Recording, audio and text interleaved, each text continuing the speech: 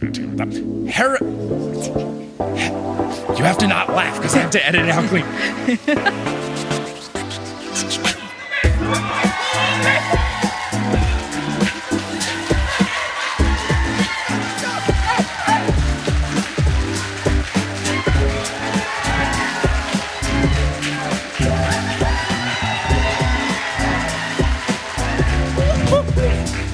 Oh, man.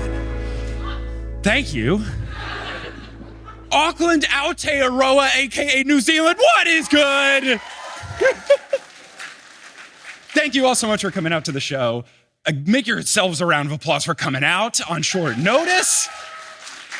Got the word out as much as I could. Glad to see the outlines of your faces because of the bright lights here.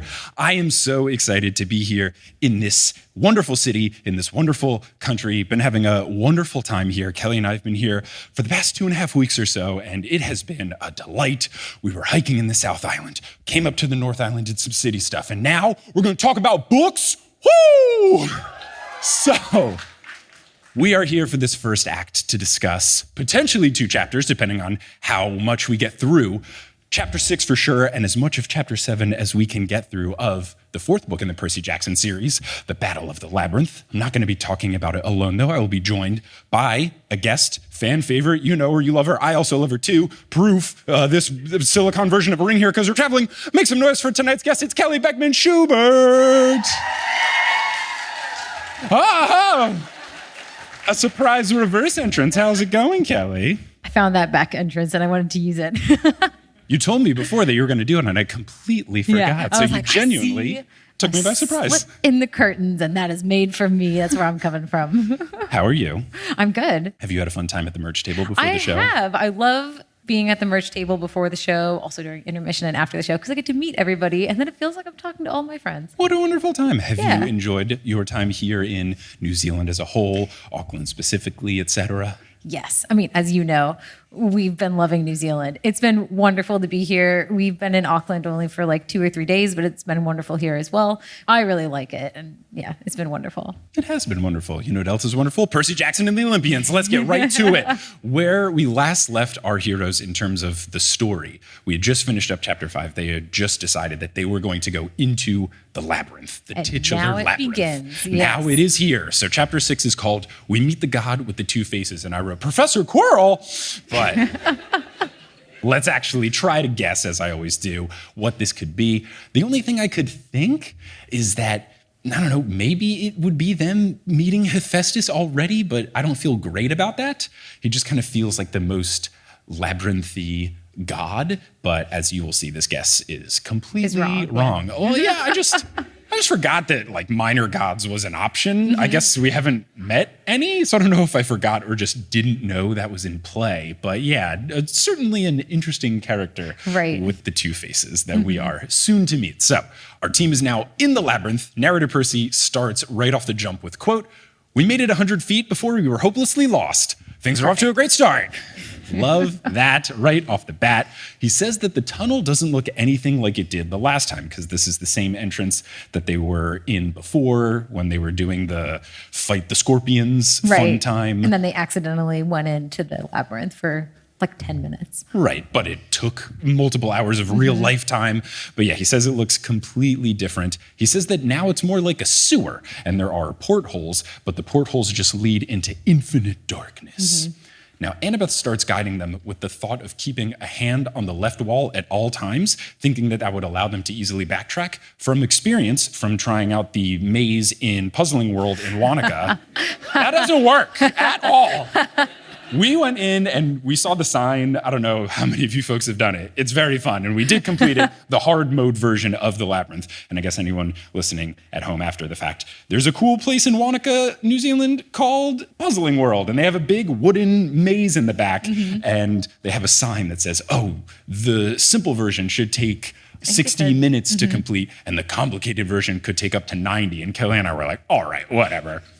We got in, and within like 5 minutes, I was like, oh, we're never getting out. Well, at first we started and we were like, let's see which one of us can get out first. And we ran in opposite directions. And then maybe 2 minutes later, we're like, Kelly, Mike, Kelly. I don't want to do this alone. confused. I need a partner. We eventually found our way through. But yeah, just kind of doing this plan that Annabeth does, it's what came to mind for us, didn't work at all. And didn't work for her either in this instance. It really didn't. So right after she says this, the left wall that is supposed to be their point of reference disappears. So I thought here, well, obviously this isn't going to work. You said your plan out loud. The labyrinth heard you. You have to keep this inside. So they end up in a chamber that has 8 tunnels leading outward. They are unsure which of them led them in, which is not a good sign. Grover gets nervous and asks which way they came in. Annabeth says, just turn around. Everyone does, but then they all face different directions, which is comedic gold. Tyson says, quote, left walls are mean. Which way now? Tyson, always on brand. Like he's always right to the point, saying the most correct thing at every single possible moment. Yes. Annabeth scans the tunnels and then selects one. Percy asks, how do you know? Annabeth says, deductive reasoning. And Percy says, so you're guessing. Classic. I mean, she could have used the Gandalf method and go whichever way smells less foul, but she just guessed, and that's a good one too. Cool. I know from talking to you in our hotel room, you were really excited to make that joke. I read this part and I was like, oh, she could have done the Gandalf way. And Mike was like, I was like, we're in New Zealand. It's going to kill. Don't worry. I've maybe heard just 1 or 2 things about Lord of the Rings in the past couple of weeks. We've just gone on 2 tours of scenic things for filming locations and Hobbiton and all that good stuff. Yep. We did a scenic Lord of the Rings tour down in like Queenstown in the Glenorchy area. They did a bunch of filming down there. And then we went to Hobbiton 2 days ago, which was really fun too. It was a good time. I've snuck this onto the itinerary without Mike's knowing, but you know. I figured it was going to happen. So Percy calls her out saying, so you're guessing. And Annabeth says, just come on. I love it. They're such a married couple already. It's beautiful. So beautiful. So the tunnel that they go down starts to change and it becomes more and more cramped. Grover starts hyperventilating a bit, which I can relate to as someone who is claustrophobic and has had a panic attack in a tiny little compressed hallway in Yankee Stadium. And I was a kid at the time. I don't think so. I've definitely mentioned on the podcast. Someone doesn't listen to the podcast. I'm a little behind. Only the episodes that you're on when you're here. In the old Yankee Stadium, Memorial Park is where they had all of the statues and the retired numbers and stuff. And I was just a preteen kid, and you have to go through this cramped hallway in the old stadium. And I was like uncomfortable with how tight it was. And I didn't know what was happening. I was like, Dad, I don't know what's going on, but I don't want to be in this hallway. So I can completely relate to Grover here. He asks if they're there yet. Annabeth informs him that they've been down here for 5 minutes max. Grover thinks that it's been longer, and he's confused as to why Pan would be down here, since this is the opposite of the outside world. And him asking that did make me wonder, is there a chance that Pan is not down here of his own volition? Is Pan being held captive by someone? Did he get into a situation where he is stuck somewhere? Was he someone that accidentally came down and now he's in some other precarious situation? It does make sense what Grover is asking here. So I feel like it could be a situation where Pan's not like, yeah, I'm just going to go hang out in the labyrinth.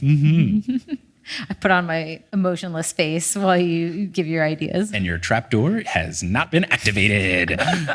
The tunnel continues to get more and more narrow, and just when Percy thinks that it's going to crush them, it opens wide into a huge room that is covered in mosaic tiles. Here's how narrator Percy describes it.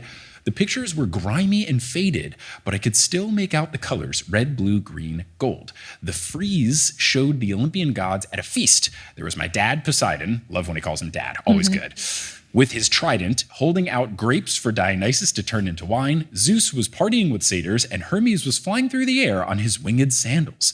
The pictures were beautiful, but they weren't very accurate. I'd seen the gods. Dionysus was not that handsome, and Hermes' nose wasn't that big. Well, art critic Percy here.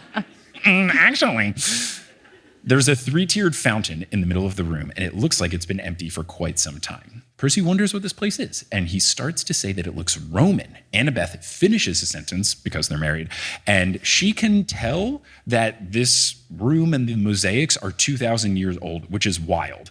I know you've taken art history courses. As an architect, are you just able to look at something and be like, yeah, that tile's 58 years old? Nope, okay. That's not a skill I learned. I feel like Uncle Rick gets quite fast and loose with what architecture encompasses in these books. Like, yeah, the Hoover Dam, that's architecture. Narrator Percy is confused as to how, what face did you make while I was looking at my notes? What? I mean, I was just like, kind of, yeah. I mean, it's more on the side of engineering, but I'm sure they had an architect involved. And I've learned about it in architecture books. So, yeah. Okay. I stand corrected. That's why I have architects on the pod. Architecture is one of those fields that encompasses everything. You do a bit of graphic design, you do a bit of art history, you do a bit of engineering of like all types. I know so many different types of things that you never imagine would be under the umbrella of architecture. So I think it's actually relatively accurate. Yeah. No, I agree. I've seen you do a lot for your work, and I even could say that you do some like computer sciencey type stuff with all of the programs that you have to do and the 3D modeling. It's complex. Yeah, there's a whole bunch of facets, and that's why like not all people who train to be architects are like an architect by role. You can do many things with the degree as well. Yeah, it's nice. And this has been Architecture Corner, starring Kelly Beckman Schubert. Narrator Percy's confused as to how this room could be Roman, since, quote, I was pretty sure the Roman Empire never made it as far as Long Island. Annabeth explains that the maze is patchwork, and it's the only piece of architecture that grows by itself. Did you also learn about this in architecture school? That doesn't happen. Well, actually.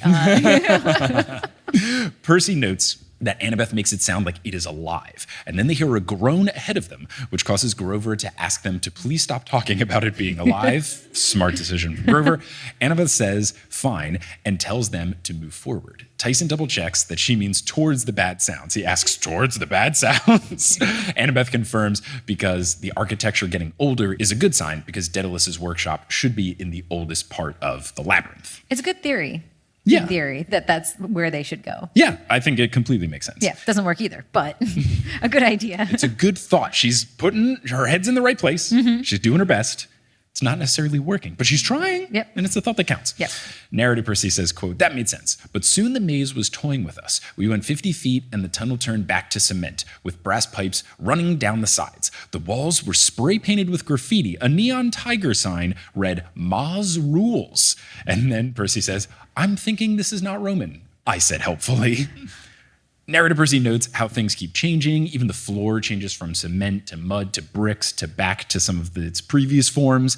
And then they enter a wine cellar. Then the ceiling turns to wooden planks at one point, and it sounds like they're under a bar. Then they pass their first skeleton, and because of wine cellar under a bar, I was like, no way, Fortunato? Some people have read the Cask of Amontillado in the crowd. Where my Edgar Allan Poe fans at, baby? But apparently the skeleton is an old school milkman, and Percy wonders what someone from, quote, when my mom was little like a million years ago would be doing down here. Subtle dig at his mom right there. I've always imagined that these books are what Percy is either writing or telling to his mom. So it's funny for him to include digs towards Sally in there, just casually calling his mom a million years old. It does sound like something you would say to Joel. Yeah, he does weirdly get upset when I call him old. I need to stop doing it. Oh my gosh. I don't know. Like, he's approaching, they have a retirement countdown calendar in their house. I love that.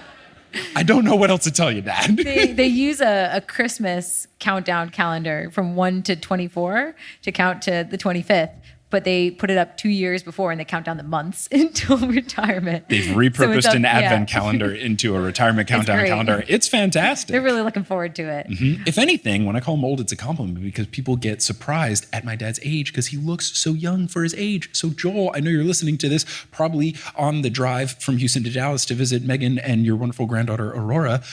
It's okay, Dad. It's a compliment. Or it's just a reminder that you're getting closer to that advent calendar, meaning no more work. Right? Amazing. And then you can put it away and use it for its intended purposes, advent countdowns. Anyway, Percy Jackson. Annabeth explains that sometimes people wander in by mistake, and that is terrifying. To wander into the labyrinth by mistake and just get stuck there, very scary. And my thought here was, is this how Rachel Elizabeth Dare gets into the mix for the story? Because she was here in the beginning. She's got a 3-part name. She's got to be important. You don't have a 3-part name and you don't just show up at, 75% of the way through the 3rd book and then the beginning of the 4th. I feel like she's got to come into play somehow, and there hasn't been any sort of mention of her coming to camp. There's something going on. I could see her accidentally making her way into the labyrinth, but then proving to be useful in some way. Thank you.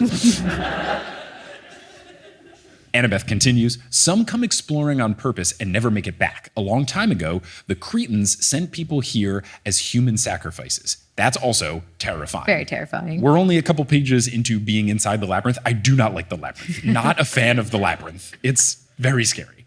Grover is worried since he smells monsters, and Tyson says that's just what underground smells like. And we have fallen victim to this before. Didn't any of them read book 1?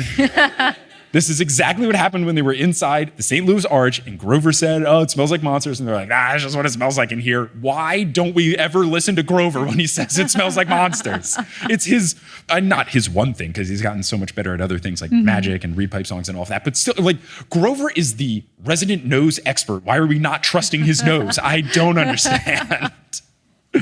Annabeth tries to lead them further towards the center, but after a few twists and turns, they're in the same room, but now someone else is here too.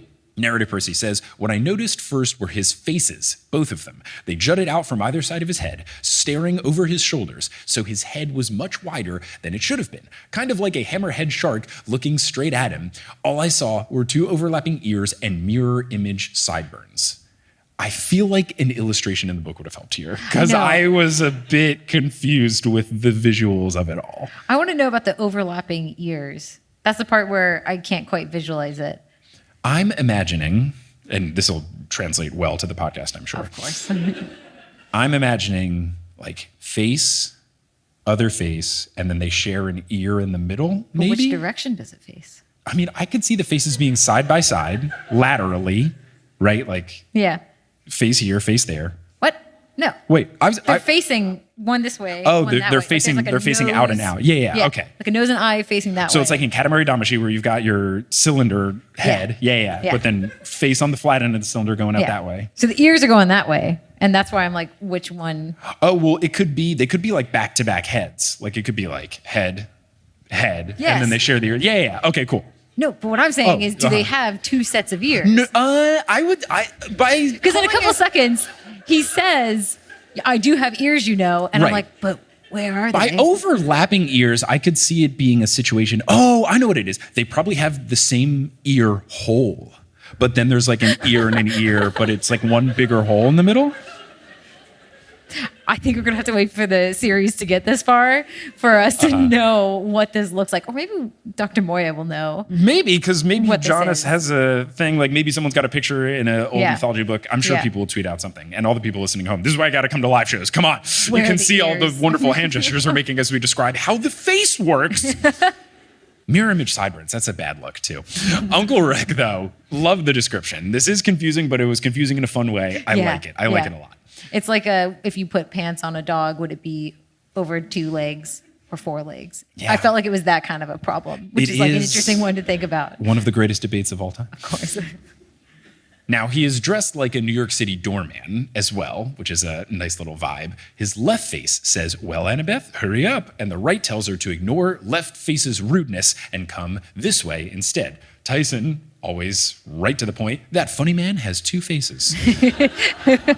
Left face says, the funny man has ears, Now come along, miss. But then right face beckons for Annabeth to head his way instead. So Annabeth has to choose a path. And behind each is a locked door that definitely wasn't there when they entered the room. But Annabeth doesn't know which door is best. She asks where they lead. Right face says that one probably leads to where she wants to go, and the other leads to certain death. Annabeth says that she knows who they are. Left face gets all sassy, calling her a smart one, and says that he doesn't have all day. And honestly, his attitude makes me want to go to the right. To right face. But because he's being so grumpy, it makes me think left is actually the right way to go because this guy's being such a jerk. So that was my initial guess of what is the correct thing here. The only way I could see this being different at the time before I knew what was going on, if this was a classic riddle situation of one of them always tells the truth and one of them lies, then I would definitely know how to break through. And the correct answer is, what direction would your other face tell me how to go? Shout out to Joel P. Schubert, who used to do riddles and puzzles with me all the time as we waited for pizza at De Lorenzo's Pizza in Trenton, New Jersey. Annabeth asks why they're trying to confuse her, and the right face says that they are giving her what she wants, to be in charge. And then the left face says that they know her weakness is indecision, but she must choose, even if one of the choices would kill them. And Annabeth starts to panic a little bit, so Percy steps in and he tells them to leave her alone and asks, "Who are you anyway?" Which could be interpreted as a dig depending on how prideful they are. And it just feels like a nice, abrasive New Yorker question for Percy, like, "Who are you, buddy? What is your deal?" I really enjoy it. Right face answers, "I'm your best friend." Left face says, "I'm your worst enemy." And then both together they say, "I'm Janus? Who's to say? Janus, God of doorways, beginnings, endings, and choices." And I know I took Latin in high school, and this is before we learn what Janus's deal is, but my initial thought here was, man, Roman gods suck. Greeks, you've got, I'm the god of the sea, I'm the goddess of the hunt. This dude is the god of doorways? Very cool. Everybody gets a job now. So neat. Narrator Percy, and I'm just going to quote the book here. "I'll see you soon enough, Perseus Jackson," said the right face. "But for now, it's Annabeth's turn." He laughed giddily. "Such fun." "Shut up," his left face said. "This is serious. One bad choice can ruin your whole life. It can kill you and all your friends, but no pressure, Annabeth Chase." And then, with a sudden chill, I remembered the words of the prophecy, the child of Athena's final stand. So that was all direct quote from the book. And then Percy, realizing this, tells Annabeth not to do it. Janus says that she must, and Annabeth is about to choose, but then there is a bright light, and a woman appears. Narrator Percy says she was tall and graceful, with long hair the color of chocolate. And when he said this, I thought, did Uncle Rick have a word minimum that he had to hit, where he couldn't have just said brown? Like, I got to turn this one word into 4, the color of chocolate. Yeah, there we go. Braided in plaits with gold ribbons, she wore a simple white dress, but when she moved, the fabric shimmered with colors like oil on water. That's a really nice picturesque description. Right. I just thought the color of chocolate felt a little excessive. I thought the color of chocolate added flavor to it. But it made me think, what kind of chocolate? Right. Milk chocolate, white chocolate, dark chocolate, hokey pokey chocolate. Am I right? She says that Annabeth's time has not yet come. And I was going to say, that felt very quick to be in chapter 6 and we've already hit scary part of the prophecy time. That feels quite soon. And that made me think, oh no, is she going to have to make a different, really hard choice? Is she going to have to make a choice between saving 2 friends? Like, is she going to have to choose between saving Grover or Tyson or something like that? And that made me really worried. Obviously, you can't say anything, but it's an ominous setup for sure. Yeah, it just feels like there could be a very high stakes choice because yes, it's nice that she doesn't have to make this choice right away. However, by delaying the choice, it feels like whichever one comes next is going to be quite an intense choice. But anyway, this woman gives Janus a choice. Leave the heroes to her, or she will turn them into a door. And the left asks, what kind of door? And now I immediately like him better than right face. Hate that I do, but it's pretty good. Right face tells him to shut up. Left face continues saying French doors are nice because they let in natural light. And that is true. Yes, Architect Kelly? Love some French doors. French doors are really nice. You know me, I always like natural sunlight and stuff. Yep. Give me some French doors. But they don't block sound very well, right? That's their downside? Yeah, I mean, it's glass, and sound travels through glass easier than through solid material, so yes. Yeah, so I can't have that on the future podcast home studio. No. But everywhere else in our home can be French doors. Right face begs him to shut up and apologizes to the woman, who he keeps calling Milady, which makes me hate right face even more. I've really 180'd here. He says that he was just doing his job of offering choices, and this woman corrects him to saying that he was causing indecision and orders him to leave. And then left face mutters, party power, and raises his silver key into the air, and then Janus vanishes. I got to figure out whatever party power is, because that's just a really weird catchphrase to be like, party power, woo! Feels like it could be workshopped a bit. I was wondering if, because the PDF you and I have been reading, because our copy of the book, we couldn't travel with all the books. So we've been reading PDF, and it has a lot of typos in it. I was wondering if it was supposed to be like a party pooper. But that feels like a massive typo. That's what I thought too. Yeah. I don't know what confirm. Does he call her a party pooper? I don't know. Does he? Okay, thank you. That makes way more sense. I think our PDF that's very legal just has a typo in it. This is how Uncle Rick gets me for her not. The chapters leading up to this, I've noticed a lot more typos I know. than when we've read the other very legal PDFs that we've read. I will And- say, of the 4 very legal PDFs that I've utilized so far, this is the worst of the 4. Yeah. I couldn't find the more legal looking versions. we own all the books. I bought the books. It's just Multiple easier copies. for taking notes when I copy paste Yeah. the quotes and everything. Multiple I copies of put books. an e-reader on my Christmas list, so maybe I can buy ebook versions. I keep trying to check out the digital copies from different libraries that I have like a digital membership to, and they are all always checked out. Well, the problem is there's this new podcast that came out called The Newest Olympian, and people really enjoy it. It's just way too popular. The books are flying off the shelves. So the woman turns to face them. It's got to be Party Pooper. It has to be. Party Power makes no Party sense. Power. It has to be. The woman turns to face them. Percy is overcome with fear, wondering if, quote, leave these heroes to me meant that she's actually scarier than Janice and they would have been better off dealing with Janice instead. But then she smiles and says, you must be hungry. Sit with me and talk. And honestly, I find this scarier because I never trust people in the Percy Jackson series being nice. Anyone that offers them food, bad. Look at what happened with Medusa. I can't trust anybody.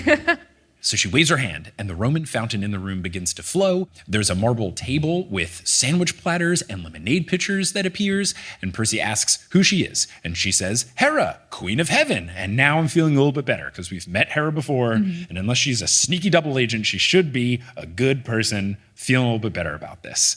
Now, the only reason that I wasn't 100% set was that maybe the chapter title was a misdirect, and the god with 2 faces is Hera. Just being nice here, and then later it's going to be like, just kidding, evil. But because Hera does nothing, nothing productive at all, I'm not worried about it anymore. But in the moment, I was a little bit worried that Janice was a big misdirect. But narrator Percy says, I'd seen Hera once before at a council of the gods, but I hadn't paid much attention to her. At the time, I'd been surrounded by a bunch of other gods who were debating whether or not to kill me. Stellar. Obviously, you can't be really focused if the whole room of giant people wants to maybe murder you.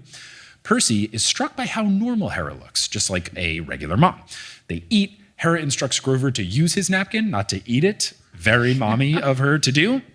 This made me wonder, does Grover just eat all trash? It seems like it. At first I thought it was just aluminum, but then No. in this chapter he eats a lot of paper and styrofoam. So it's just everything. He's eaten playing cards in the past, so I think it's just... He Anything. doesn't discriminate against the trash that he eats. He's Yeah, an all right. all-trash omnivore of trash. Well, keep it out of landfills, I guess. Go ahead. Yeah, why compost? Grover, yeah. No food waste.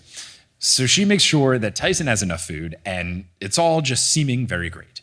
Annabeth cannot believe that she is here and asks what brings her to the labyrinth. Hera smiles, and then she flicks a finger, which fixes Annabeth's hair and cleans her face, and she replies that she came to see Annabeth, which is very cool and very exciting. Nice to see. Now, I was happy here, but Percy and Grover know better than me. They exchange nervous looks because whenever the gods come after heroes, it's usually because they want something from them. It's not just benevolence that brings them down. But that doesn't bother Percy and Grover enough to stop eating. Their priorities are in line. I can totally see it. They're concerned, but they are also hungry. Gotta stick with it. Yeah, it's been like 10 minutes. We're starving by now. I would be hungry after I 10 know. minutes. I know. Annabeth- We start a hike and Mike's like, can I have the protein bar now? I'm like, it's been 2 minutes. Like, I need the fuel we've for got the one hike. protein bar for the next 5-hour hike and you want it now. Look, we also have 3 peanut butter and jelly sandwiches and an apple each and Yep. sometimes some almonds. We come well prepared with do. snacks. Yep. And also, if we eat more of the food earlier in the hike, the bags get lighter and then the hike's not as hard. That is my take with the water. I'm like, I drink it all up front. By the time we get like halfway through, it's mostly gone. Yeah, it works out. Annabeth hesitates a bit, but then explains to Hera that she didn't think Hera liked heroes. Hera says, quote, because of that little spat I had with Hercules, honestly, I got so much bad press because of that one disagreement. And Annabeth replies, didn't you try to kill him like a lot of times? I would love to hear the full story from Dr. Moya in a future episode. Hera waves her hand and calls it water under the bridge. She defends herself by saying Hercules was the child of Zeus and another woman, so she had no patience. She says that she and Zeus have gone to marriage counseling, which has them at an understanding, especially after, quote, that little incident. Percy immediately asks if she meant Zeus siring Thalia, but then immediately regrets it because Hera shoots him a cool, stern look. She asks, Percy Jackson, isn't it? One of Poseidon's ... children? And you had insight as to what you think that ... was for, because narrative Percy feels like she wanted to use a different word. Right. But we don't curse on this podcast. We don't, but it begins with a B and ends in a D. Yeah. I do want to know who's the marriage counselor running their sessions. Ooh. Like, who gets to stand up to Zeus and be like, now, Zeus, understand Hera's feelings here. I know I've already cast him as Hades, but I feel like it could be Stanley Tucci. He just has such a calming presence. Hades is the marriage counselor. No, I mean I think they announced already for the TV show who's playing Hades, and it's not Stanley Tucci. Maybe I thought it was somebody you said had similar vibes. I'm intentionally Yes. not looking at most of the casting, except for the ones that you can't help but see, just so that it'll be more of a surprise. Right. When I saw the picture of the dude in the casting photo, he had some Tucci vibes to him. Yeah. So I So at that least made you feel happy. vindicated in that regard. But maybe just the man himself, Stanley Tucci, who has Stanley Tucci's the marriage counselor. Yeah. Which means the mortal. He's got to be a man. demigod. Someone who has aged that gracefully cannot be human. Impossible. Impossible. Anyway, Hera brings up that she voted to let Percy live at the solstice, and she says that she hopes that she made the right call. She turns back to Annabeth and explains that she meant no harm and understands the difficulty of her quest, especially when tricksters like Janus get involved. Annabeth asks why he was there, and Hera says minor gods like him are frustrated with the small roles they play. Okay, got it. Makes more sense about why he is the whole god of doorways, minor god.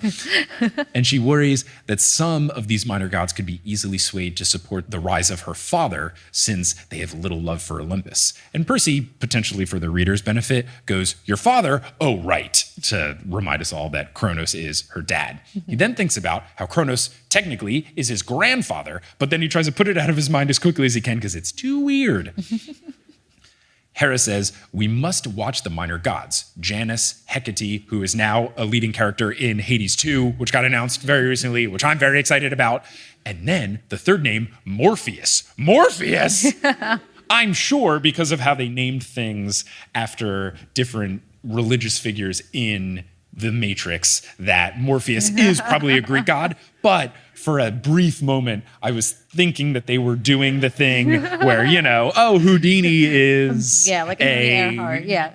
son of Hermes. It was just like, the minor gods, Janus, Hecate, the guy from the Matrix. And I like that headcanon way better.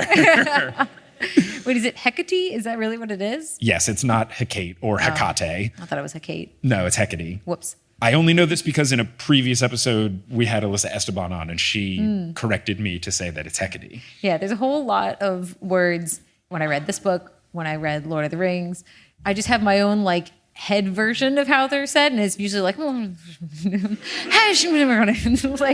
then I don't have to ever say it out loud. That's how I feel about every single character in the new Game of Thrones show that was going on. Because I didn't watch the original Game of Thrones, saving that for when some podcast company pays me a bunch of money to make. I can't say the name. It's a really good name, but it's not Throneless. But I also did not watch the new show, because obviously I got to do that to extend that one. But I feel like I saw a lot of tweets, and everyone's name just has R's, Y's, and S's. It's just like, there's so many Y's and G's and R's and S's. It's like someone smacked a very specific part of the keyboard. Yeah, very strange.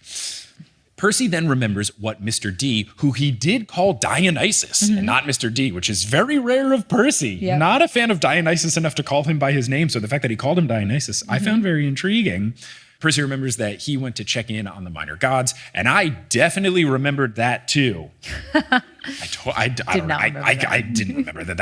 I knew Mr. D was gone, but I didn't know if there was an explanation. Maybe Chiron said it in one fleeting sentence, and I just have forgotten. Yeah, he did. Cool. Hera confirms, noting that in times of trouble, Mother Mary comforts her. No, that in times of trouble, even gods can lose faith and put their trust into the wrong things. They lose sight of the big picture, and they can become a bit selfish. But Hera, as the goddess of marriage, is used to persevering and keeping goals in mind. So Annabeth asks her, what are your goals? And she smiles and answers that her goal is to keep her family together, the Olympians, and the best way to achieve that goal is to help Annabeth. She says that Zeus doesn't allow her to interfere much, which I think is very rude of Zeus. But about once a century, He allows her to grant a wish for a quest she cares deeply about. And immediately I wrote all caps, wish for infinite wishes. You have to do it. Annabeth makes the worst wish ever, Yeah, she and I'm does. so mad at her. Super quickly without thinking about it in non-Annabeth fashion. It's- She should have belabored that a whole lot more. It's really bad. Hera lays down the groundwork. Before you ask it, let me give you some advice, which I can do for free. I know you seek Daedalus. His labyrinth is as much a mystery to me as it is to you. But if you want to know his fate, I would visit my son Hephaestus at his forge. Daedalus was a great inventor, a mortal after Hephaestus' heart. There has never been a mortal Hephaestus admired more. If anyone would have kept up with Daedalus and could tell you his fate, it is Hephaestus. Seems logical. Seems like a way to make the story a little bit longer. I get it. Gets rid of the most obvious question, which is, where's Daedalus's workshop? So then she asks the second most obvious wish. Yeah, Annabeth asks how they get there and then decides that's her wish, a way to navigate the labyrinth. And I think that is such a waste. And I'm also mad that she didn't consult the team. Yeah. And I'm also mad that no one in the team got mad at her for not consulting them. Yeah. They're a unit. They should have say over this. You got to talk about this before you use the one wish, especially on something so foolish. Right. It sounds like she just blurted it out and just didn't give much thought to it. Right. It makes me really upset.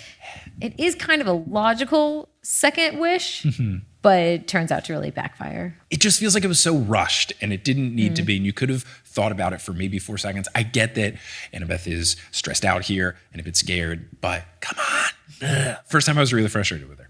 Hera looks disappointed, as she should, and alerts Annabeth that she's wished for something she's already been given. Annabeth is confused. Hera says that the means is within her grasp, and Percy knows the answer. And Percy says, I do, which is a great sign. Annabeth says that that's not fair because she doesn't know what it is. Hera spews some hogwash about how getting something and having the wit to use it are separate things. And she adds that her mother, Athena, would agree. And yeah, obviously, because Olympians love hogwash and wordy bull crap. So I was very frustrated by this whole situation. What do you think it is that Percy knows? I couldn't think. I have no idea. I was floored. Let me see if I wrote anything in my notes, but I'm pretty sure that I have no idea what's going on. But wishes always have some sort of technicality crap when you get into genie territory, and I just hate it. So the room rumbles with thunder, and Hera says that she has to go, and I screamed at the PDF here, be your own woman, Hera. She tells Annabeth to think on what she said, to seek out Hephaestus, which will involve going through the ranch. And she suggests that Annabeth use all the means at her disposal, even those that seem common. She points at the doors and they melt, and it reveals one light corridor and one dark one. Her final note to Annabeth before leaving is that she's delayed Annabeth's day of choice, but she hasn't prevented it. Very ominous. Ominous setup, yes. Once she leaves, the food vanishes and the room becomes dilapidated again. Annabeth says, what sort of help was that? Here, have a sandwich, make a wish. Oops, I can't help you, poof! Which made me like her. I'm back to, that's just such a great response. I can't say that in her for long. Yeah, pretty accurate summary there. Right, but also, you gave a bad answer to the question of what's your wish? Tyson dejectedly says, poof, at his disappearing food. He was mid-sandwich chomp when it poofed away, and devastating, so crushing. Grover brings up Hera saying that Percy knows the answer, and they all turn to look at Percy in unison. And it felt like they were turning to me because I feel like I have the same information as Percy, but I'm just as lost as him. I have no idea what it could be. I'm very, very confused. I could go back and comb through every single chapter, but I have lots of podcast episodes to make, and I have time that goes into making the episodes. Percy assures them that he does not know what she's talking about. Annabeth says that they should continue onward. Percy asks which way they should go, and both Grover and Tyson in unison say left because they can tell something big is coming from the right. And that's the end of chapter 6. And now we get into chapter 7. Tyson leads a jailbreak. So here were my guesses. Something captures them. Tyson picks the locks. Or Tyson frees someone or some other people that are held captive. I won't give a spoiler alert because I don't think we're going to get to the reveal of what actually happens in this episode, but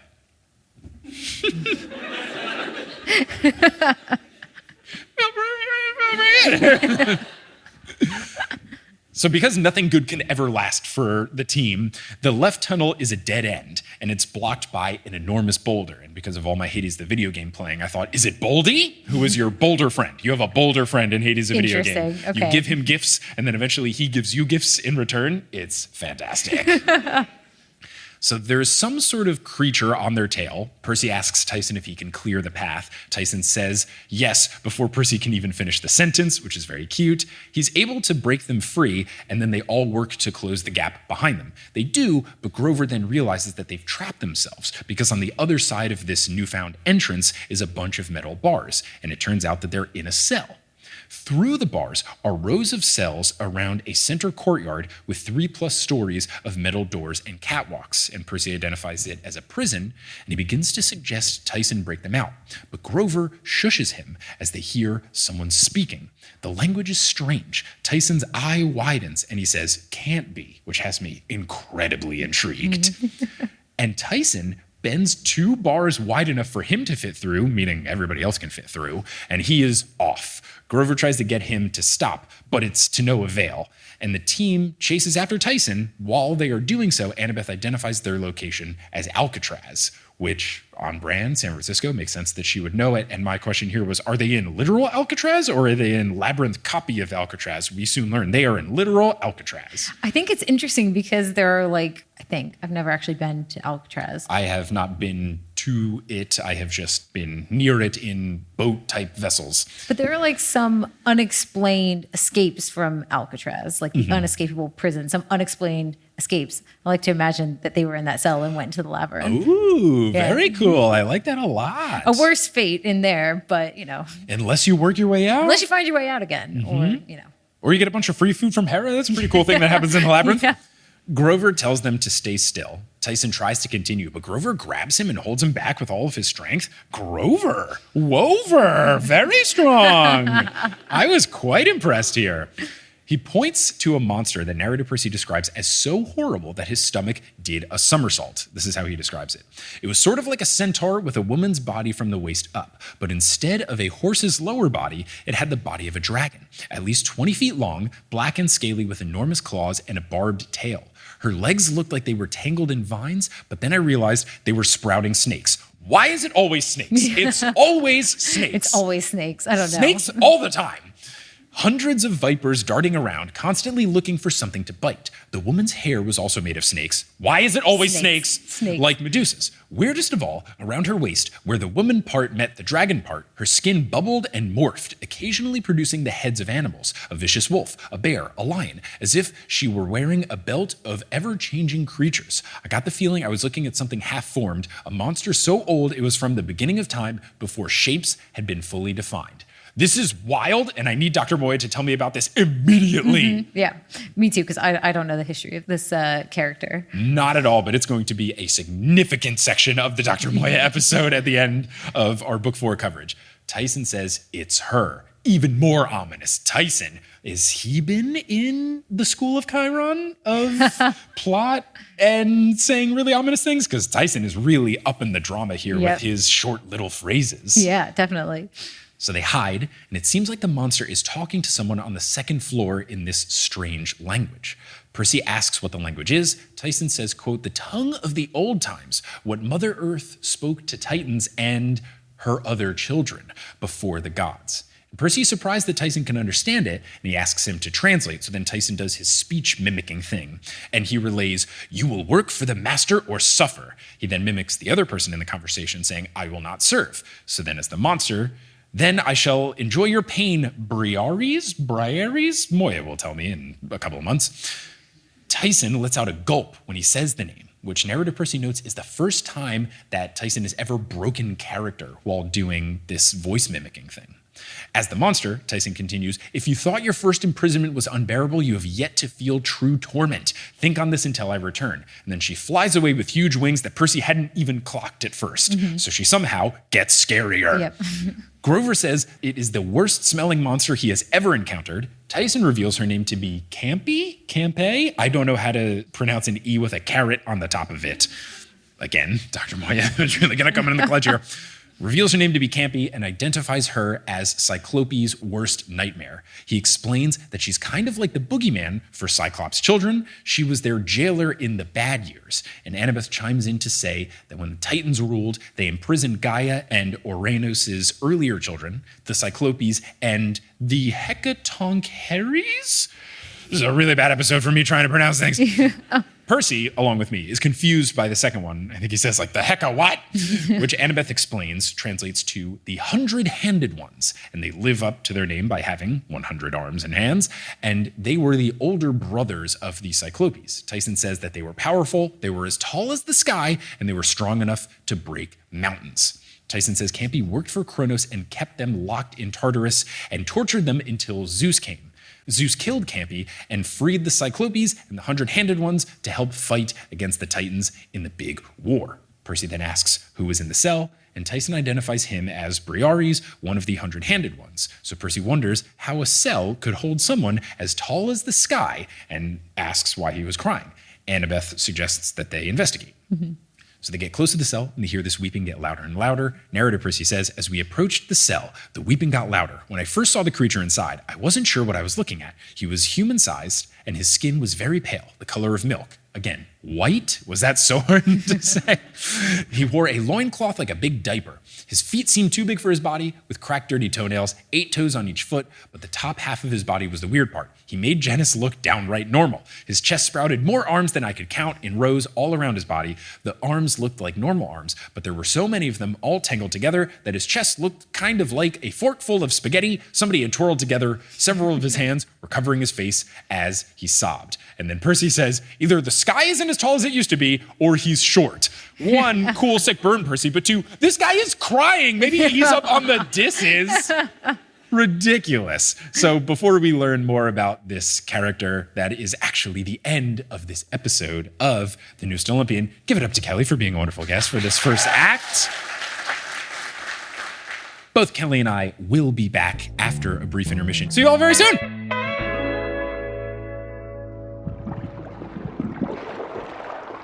Hello and welcome to the Admiral of the Labyrinth Texas edition, but this time I'm at Kelly's parents' place. Whoa, still in Houston, final Texas edition before we head back to New York very soon. But for this last one, let's get in a good yeehaw and let's talk about some updates for the show. First, I had mentioned that we're doing a show in San Francisco on February 23rd, and I had mentioned trying to make some other shows happen. Well, happy to report that on February 20th, we will be doing a live show in San Diego, California. So February 20th at Soda Bar in San Diego. Tickets are live right now at thenewestolympian.com/live. I'm trying to make an LA show happen in between those two shows as well, but I haven't heard back yet. So if you're in the LA area, maybe you have a wonderful excuse to head on down to San Diego. It's not that far, but yes, tickets to that show are live at thenewestolympian.com/live. And if you're a European listener, don't worry, I haven't forgot you. I've sent emails about the Europe tour. Hopefully that will happen. I'm really trying to make things happen there. Now, as far as things about this particular episode, in the intro, you may have heard someone yell something from the crowd, and then I responded by thanking them. They said nice socks, because I was wearing some very bright, vibrant socks, and it was a very nice thing of them to say, so I thanked them for their compliment. Speaking of very nice things in this show, after the show, I was given an incredible gift bag by some incredibly wonderful people in attendance of the show, and it was so nice and so heartwarming that I had to share it here in the mid-roll break, because I legitimately cried reading the letter, and I would like to read it to you all. It was so good. So they gave Kelly and I a gift bag with a bunch of New Zealand snacks in it and this wonderful card that has a message in Maori written on the front. I'm going to butcher it, and it's also in a very scripty font, so it's hard for me to exactly read it, but I believe it says Ke Runga Noa Atu Koe? Not positive if that's right. Apologies if that's incorrect. But that translates to top-notch, great, too much, or outstanding. It's a Maori idiom praising someone for their outstanding work, which, according to the people who wrote this, has definitely been the case for me. Oh my God. So I'm going to now read the contents of the letter. Hi, Mike and Kelly. We wanted to get you something special for your visit here, so we gift you these beautiful tawanga. Mike, your greenstone necklace is a punamu. Kelly, yours is bone. Both of your necklaces are pikorua, or twists. These represent the bond of friendship, the meeting of cultures, and the joining of lives for eternity. Iconography of two shoots growing together. I, Michaela, also have one. We thought it would be perfect for an American visiting Aotearoa from his Kiwi fans, and to represent our connection with you as patrons and fans of you and your work. work. Pounamu have a rich history in Te Ao Maori, protecting the wares and possessing much mana/power/pride. They hold great cultural and spiritual significance. Pounamu also come from the land, and so will always connect you to Aotearoa. Something else special about Pounamu is that it is customary to receive them. You can't buy them for yourself, so this one's for you. Enjoy our beautiful Wenua, and hope the live show was awesome. See you later, Michaela, Megan, Cass, and Sophie. Thank you all so much. It was so nice and it was so sweet, and I've been wearing the necklace basically every single day. It's just the best. It was so good, and it was basically the last thing we did before flying home from our trip throughout Australia and New Zealand. The next day, we flew back home and saw our family in Texas, and it was just such a nice little bow to put on the end, and the show was so fun, which you can obviously hear in this episode. It was a fun time. Now, speaking of sending me things, it has been a minute since I've had a P.O. box situation up there. I was in the process of getting one and getting that all sorted, but I do now have a new P.O. box that you can send things to. If you go to thenewestalympian.com/contact,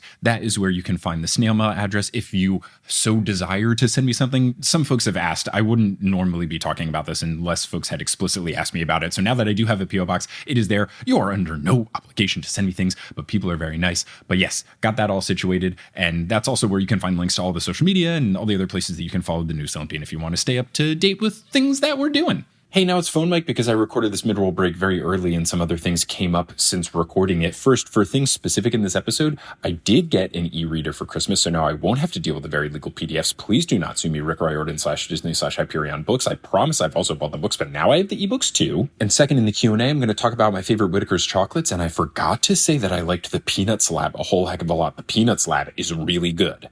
Finally, another announcement I forgot to record. Stephen Parra and I will be doing another Hades the Video Game stream for patrons on Saturday, January 28th. If you join at any tier on the Patreon at thenewsolympian.com/Patreon, you can get access to this stream where Stephen and I, for a couple of hours, are going to play Hades. I started from a brand new save file, and we're going to continue where I left off, trying to beat the game in as little time possible. It was very fun last time. I'm sure it'll be very fun this time as well. Any tier of Patreon, just go and make sure you are joined before January 28th, and then the replay of it will be available at any point in time, so you don't have to watch it live. We haven't set on the time just yet, but I'll, of course, announce it in the next episode. And speaking of the Patreon, let's pass it back over to Microphone Mike, who will talk about the newest patrons. Of course, this podcast is not possible without our patrons, and I want to thank the newest members of our team who have joined over at thenewsolympian.com/Patreon, getting access to bonus episodes and director's commentary and a whole bunch of good stuff. So shout out to our newest Ultra God tier patron, Demigod Nurse. Shout out to our newest Mega God tier patron, Logan Shade. Shout out to our newest God tier patron, Hiba Sanuri. And shout out to our newest Demigod tier patron, Juan Pablo Correa. Also, I'd like to give a name correction for, in their words, Mora or Mayra Ni. I love the name corrections. There's two choices. There's multiple answers, but yes, either shout out to Mora Ni or Mayra Ni or both. Who's to say? Thank you all so much for your support. May Hades bless you in that if you ever find yourself in a zombie apocalypse, that the dead don't go after you, they go after somebody else. And before we wrap up here, you're going to hear words from a few sponsors who make it feasible for me to be a full-time podcaster. Some of these ads will be read by me, others of them won't. The ones that are not read by me are inserted locally. So if you live in Prague, don't be surprised if you hear an ad for Den Knock, the best pancake restaurant I've ever been to. They're not paying me to say this. I would love it. Den Knock, hit me up. Your pancakes are good. I'd love to tell people about them in an ad. But once those ads are complete, we'll get back to this episode of the News Olympian. First question here is from Celine. Hi, Mike and Kelly. Celine from, I'm going to try to pronounce this right, Kappa? Yeah, I'm kind of close enough. Hufflepuff and daughter of Demeter. In a world where magic and half-bloods coexist, what would be the group dynamics between characters of the two series' leading trios as they embark on a quest to save the world? So we've got Harry, Ron, and Hermione and Percy, Annabeth Grover together on a quest. Who's being friends and stuff? I could see Ron and Grover being buds. Oh, yeah, I see that. I actually do see like the counterparts of each other kind of like linking up, except for Percy and Harry. I don't think they like each other. Yeah. I think that's how it would go. Yeah, I could see Annabeth and Hermione kind of like being a little standoffish at first, but then realizing that their two smarts go best together and like continuing down that friendship. I could see Ron getting like needlessly jealous about like Percy thinking that he's like looking too much at Hermione, but really he's just looking over at Annabeth. Well, I do think that Hermione and Percy would get along pretty well. Could just be friendly. But the fact that Hermione is still friends with Harry, even though Harry is the worst friend imaginable, and Percy's actually a great friend by doing this cool thing called thinking some things and not saying them out loud if it's going to be really rude. Or, asking people how they're feeling. I feel like those two would get along quite well. I think they would, and that would drive Ron's jealousy. And that would be why Harry wouldn't be friends with Percy, because he'd be siding with Ron over some unexisting beef that's going on. This next question comes from Fion. Did I pronounce that right?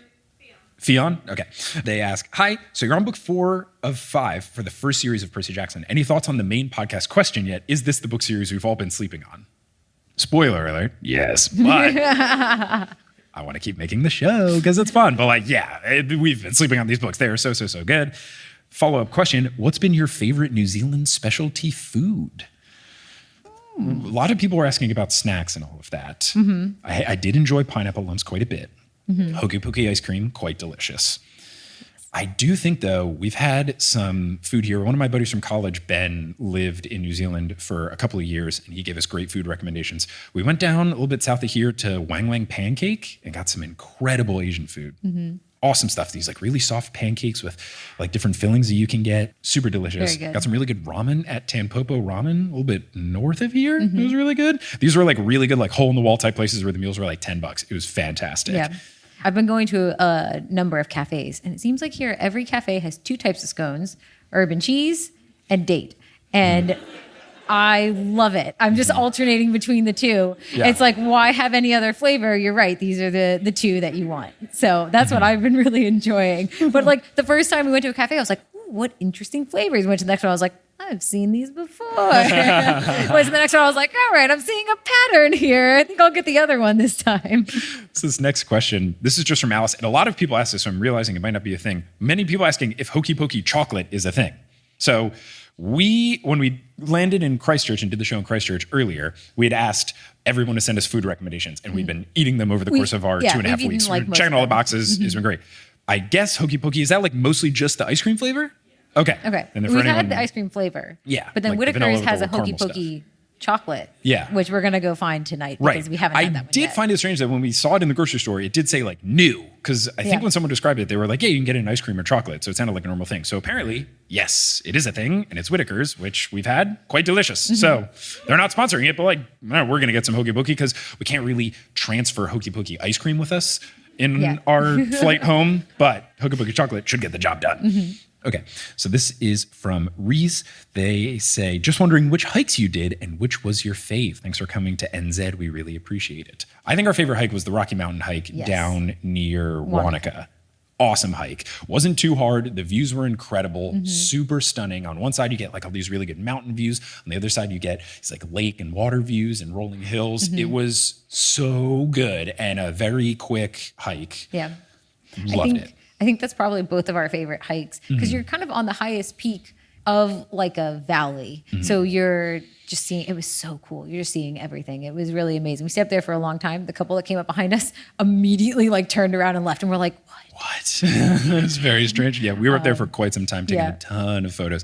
That was a really good one. I know there's another hike in that area, Roy's Peak, but there's just a super steep, intense one. And we had a bunch of other hikes. We didn't know if we could do it. So it was really nice that we could get this one that was not as hard. Yeah. But we also did 2 Rootburn track hikes, which were really nice. We went up to Rootburn Falls a little bit farther and then down, and that was awesome. And then we did Key Summit and the Alpine Walk and then down to Lake Howden and then back, which was really nice. So we did most of the Rootburn track, just not staying along the way. Yeah, we weren't prepared for that. We didn't have proper camping stuff along this trip, so we couldn't do that. We'd have to buy everything and then just leave it here. Yeah. So we just did day hike versions. What other ones have we done? We've done a whole lot. NZ. We did stuff over by the Franz Josef Glacier. Yeah. Oh, we did Roberts Point. Yeah, I keep mixing them up. There's Roy's Peak, Roberts Track, Richards Point, Rocky Point. Mountain. I'm just I don't know lots of ours. So we did Roberts Point, which was by not Fox Glacier, but Franz Josef Glacier. And that was really cool. Went around Lake Matheson. Lake Matheson was awesome. We did that, and that had the reflective lake. And then we did the Mirror Lake Little Lookout with that really reflective lake. That was cool. We went to the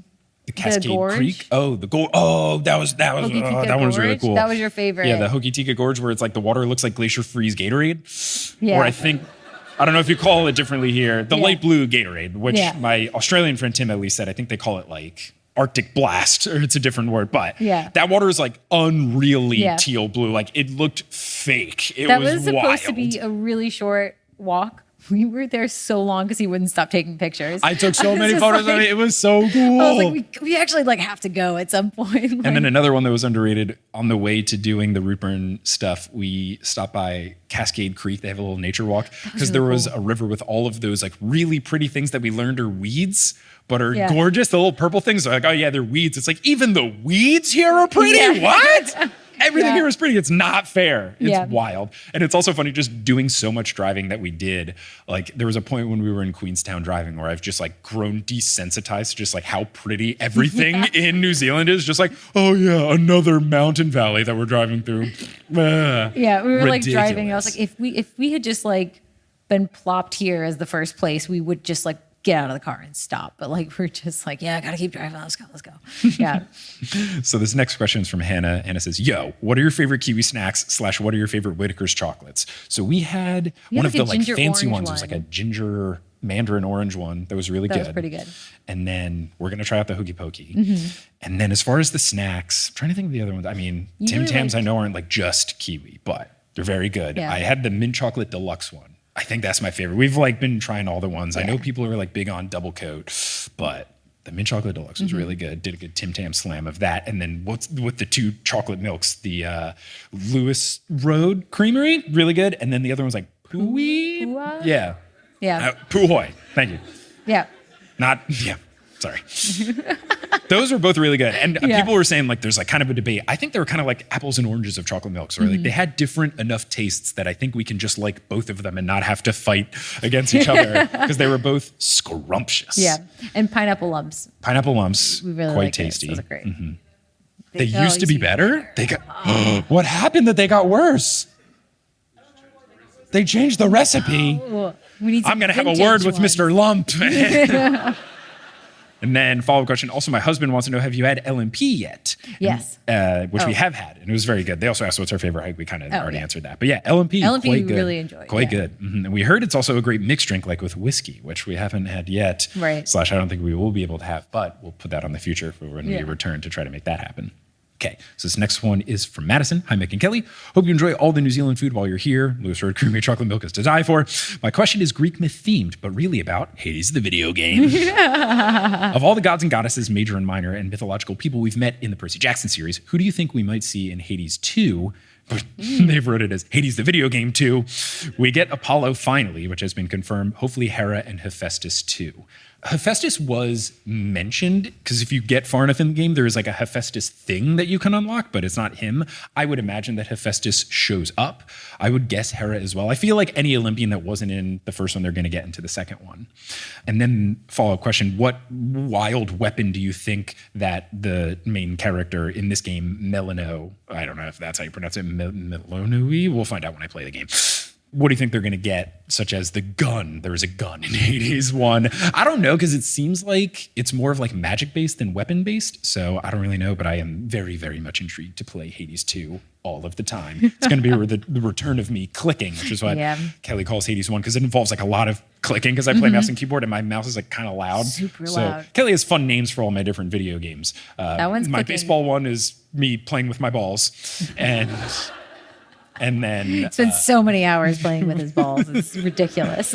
and Hades was always clicking. Yeah. One time you clicked so loud it woke me up from the other room. And like that's how I was loud probably it fighting is. the titular Hades, and it was very intense. So this one is from Rose. Rose asks, how is your flight into NZ? Very easy, because we flew in from Tasmania. Yeah. Super short flight. Very No short. problems at all. That one was great. Actually, that one was delayed. That one was not so great. Yeah, the flight itself was fine. The process, The not as process, great. not so fine. We got in at like 2 a.m. It was a little Right, because we were That supposed to was get that into one. Christchurch at like 11:30, and then Yeah, we got and it into got 2, super was pretty delayed. Our rough. layover got squished from like supposed to be like 2 hours to like a half an hour. Oh, it was a stressful layover situation. It was actually Not very, great. very stressful. Not cool. Didn't love that. Yeah. I retract me saying that our flight in was good. It was the worst of all the flights we've taken. Though the actual worst one, my least favorite was it from Melbourne to Tasmania, where the JetStar police caught us for having bags that were too heavy? Gosh. Look, You guys are freaking weird with the weighted bag stuff, okay? Oh my gosh. It's just Australia, it's not New Zealand. Okay, cool. Excellent. Australia's weird with the weighted bag stuff. They scared us so much. We paid for like extra weight when we Right. came up from Queenstown to Auckland. We were like, we're not doing this again. Yeah. They caught us. They were really like proud of themselves for catching us too. It was so weird. And, It was so like, weird. Also, they were like super confused about what to do. I was Right, like, they caught us, and I don't they know were if like, "We don't no know one what in to Australia do." ever gets confused or tries to get around it like we did.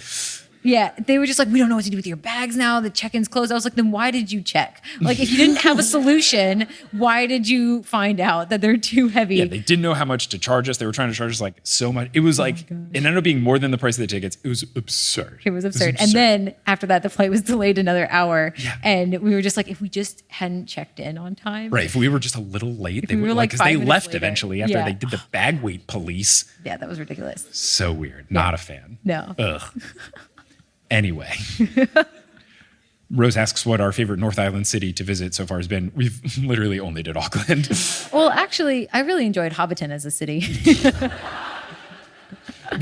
And I enjoyed Waitomo. The glowworm caves, cool as heck. That was super dope. Really, really enjoyed that. We had the greatest guide. I think like his grandpa was one of the guides, and like his great-great-grandpa like founded the cave. It was really awesome. And we got to the point, I don't know if anyone's done his name was Wee. I don't know if you've had him as your tour guide. A+. He's If you very can nice. if you can reserve Wee, do that. He's the best one.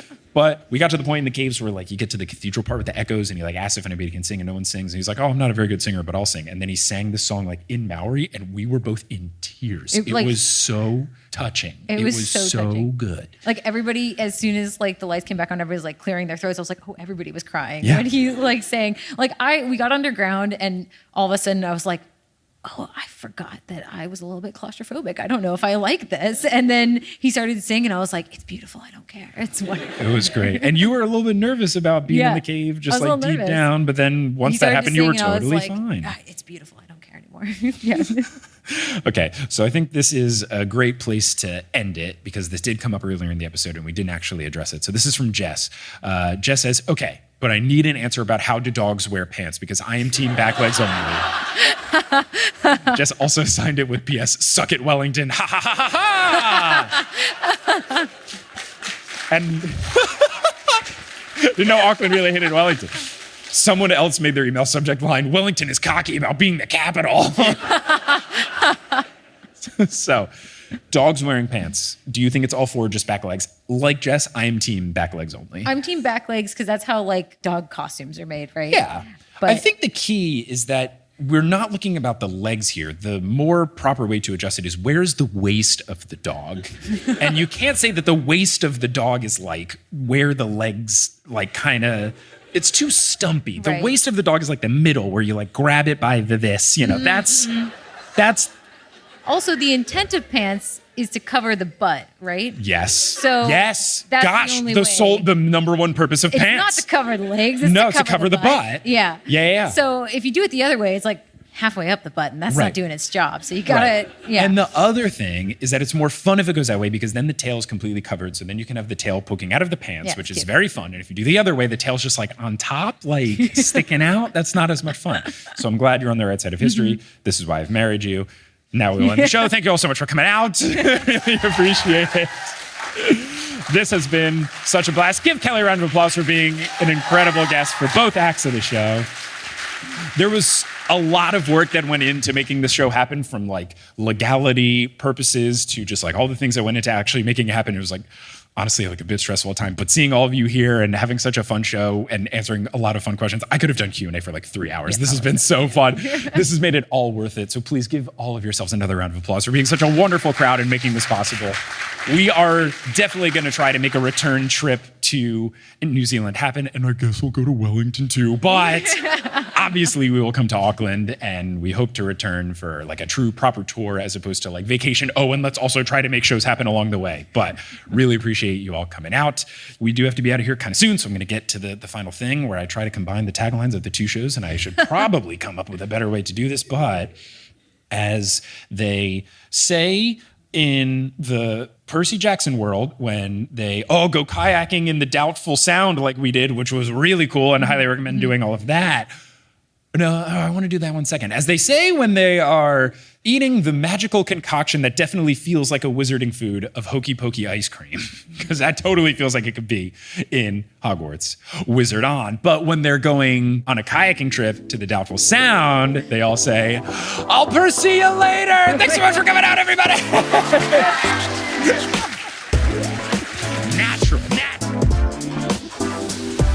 Thank you so much for listening to this episode of The Newest Olympian. This podcast is created, hosted, and produced by me, Mike Schubert. I also run the social media and the website. Our editor is Sherry Guo. The music is by Bettina Campamanes and Brandon Krugel, and the art is by Jessica E. Boyd. If you love the show, you're all caught up on the show, and you just can't get enough, you should check out our Patreon, where you can get access to loads of bonus content, bonus episodes, bloopers, director's commentary, monthly Q&A live streams. All sorts of good stuff lives at thenewestolympian.com/Patreon. And if you want to rep the show, you can get some merch at thenewestolympian.com/merch. If you want to be part of a larger community, you can join the Patreon, get access to our Discord, but you can also check us out on social media. We're at Newest Olympian on Twitter, Instagram, and Facebook. We have a subreddit, reddit.com/r/thenewestolympian. We even have a TikTok account that Sherry runs. It's at Newest Olympian, and lots of good stuff on social media. This show wouldn't be possible without our patrons, and I want to give a shout out to our Ultra God tier patrons: Lotta Bartova, Kelsey Gillespie, The Damn Steam Nuggets, Vicky Garcia, Ellie Hoskovchova, Veronica Bartova, Haley Hastings, Robin Garcia, Frida Vikstrom, Megan Moon, Olivia Y, Craig McRoberts, Taylor Payne, Giselle Salvador, Peter Johnson the Twin, Sabrina Balsiger, Boney Pony, Heather McMillan, Casey Williams, Polly Burge, Nikki Harris, Tatiana Schmidt, Sandra Rose, Bridget Lowry, Josh Sayer, Josh Wilkie, Abby Ryan, Wise Girl, Ashton Gabrielson, Marco Redhouse, Falcon, Joey James, Christopher William Boucher, Caden Max, Sam Reeby, Carly Allen, Riley Kiedis, Mary Kelly, Audra, Mackenzie, Mrs. O'Leary, Aaron Wood, Rodith Kalna, Milo Kim, Fred Cabras, Harlan Christ, CC Reeds 23, Sandkoff, Julia Kendall, Emil Oscar Thomason, Liz Cardigan, Michelle Spurgeon, Zachary Hamilton, Sarah Neal, Ricky, Francesca Pacheco, John Drulsma, and Demigod Nurse. If you want to help out the show in a non-monetary way, tell a friend about the show. That really helps a ton. Reach out to someone directly and say, hey, you love Percy Jackson, or hey, you've been looking for an excuse to read Percy Jackson. There's this podcast. It's very good. The host is very humble.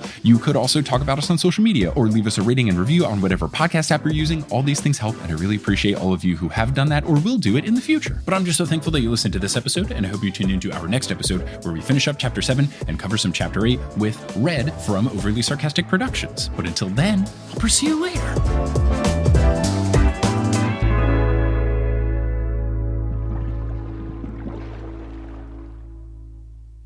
Hey everyone, how's it going? It's me, ASMR Mike, and I'm here with another installment of very pretty things that I heard when I was traveling throughout Australia and New Zealand. I hope you enjoy.